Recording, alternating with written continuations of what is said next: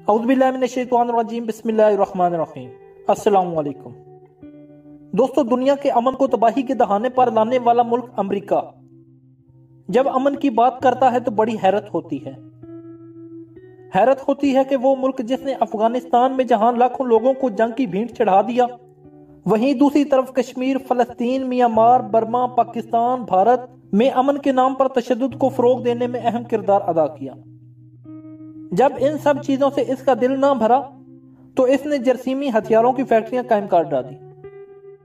Corona virus کی وبا جس نے پوری دنیا کو اپنی لپیٹ میں لے رکھا ہے۔ ماہرین کا کہنا ہے کہ کرونا وائرس کوئی قدرتی وبا نہیں ہے، بلکہ لیبارٹری میں تیار کیے جانے والا ایک خطرناک ترین وائرس ہے، جسے اس وقت عالمی طاقتیں اپنے گھرونے مقاصد کے لیے استعمال کر رہی ہیں۔ حقائق سے واقفیت رکھنے والے سائنسدان اور ماہرین کا کہنا ہے کہ یہ قدرتی طور پر پھیلنے والا وائرس نہیں ہے، بلکہ تیار شدہ وائرس ہے۔ چین کے شہر ووہان سے شروع ہونے والے اس وائرس کو امریکی فوج نے پھیلایا۔ اس بات کا سنسنی خیز انکشاف حال ہی میں برطانیہ کے ایک معروف اخبار نے کیا۔ اخبار کے مطابق چین کے اقتصادی ڈھانچے کو عالمی سطح پر خراب کرنے کے لیے امریکہ نے ایک بہت بایولوجیکل وار کا آغاز کیا ہے۔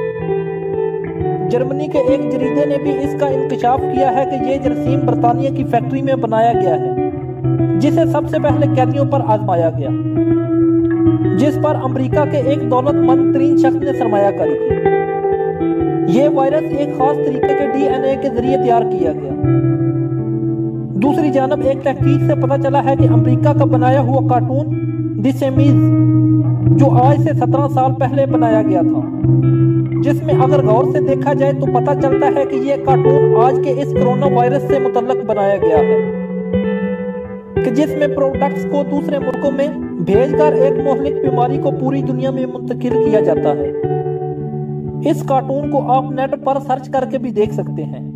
ادھر ٹرمپ نے صدر بنتے ساتھ ہی اعلان کیا تھا کہ انہیں اب اقتصادی جنگ چین سے جیتنی ہے۔ چین تجارتی دنیا میں برآمدات کرنے والا ایک بہت بڑا ملک ہے، جس کی مشرق وسطیٰ میں کرونا وائرس کی وجہ سے اب برآمدات رکی ہوئی ہیں، اور 30% چین کی تجارت کا گراف نیچے گر چکا ہے، جو اس ملک کے لیے بہت بڑا نقصان تصور کیا جا رہا ہے۔ اگرچہ حال ہی میں چین نے کرونا وائرس کو کنٹرول کر کے عالمی تجارت میں واپسی کی ہے، چین کے وزارت خارجہ نے یہ اعلان بھی کیا ہے اور امریکہ کو دھمکی بھی دی ہے کہ ان کے اس بایولوجیکل وار کا جواب دیا جائے گا، اور کہا ہے کہ انہیں باضابطہ طور پر اس کے ثبوت بھی ملے ہیں۔